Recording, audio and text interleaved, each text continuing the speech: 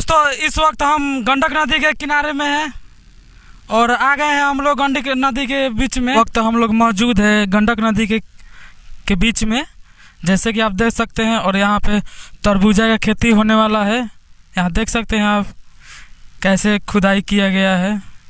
ये देखिए सैकड़ों बीघा में ये फसल होने वाला है, जहाँ अभी से तैयारी चल रहा है। लोग बीज छिड़क रहे हैं। तरबूजा खेती होने वाला है दोस्तों, देख लीजिए।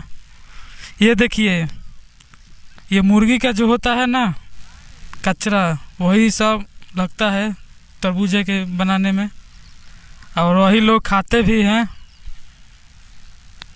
ये देखिए काफ़ी दूर दूर तक आपको नज़ारा दिखाई देगा।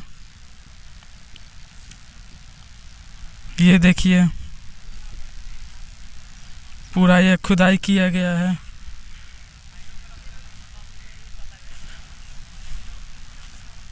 पूरा खेती ही हो रहा है इधर में, दूर दूर तक नज़ारा ऐसे ही देखने को मिलेगा आप लोगों को। ये देखिए